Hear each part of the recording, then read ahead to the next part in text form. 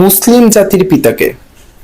মুসলিম জাতির পিতা বঙ্গবন্ধু শেখ মুজিবুর রহমান।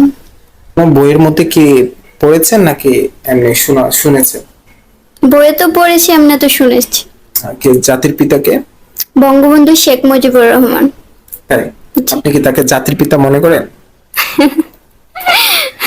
হ্যাঁ, উনি তো জাতির পিতাই। মানে আপনার 14 গোষ্ঠীর বাবা হিসেবে মানেন তাকে? না। তাহলে কেন বলবেন সে জাতির পিতা?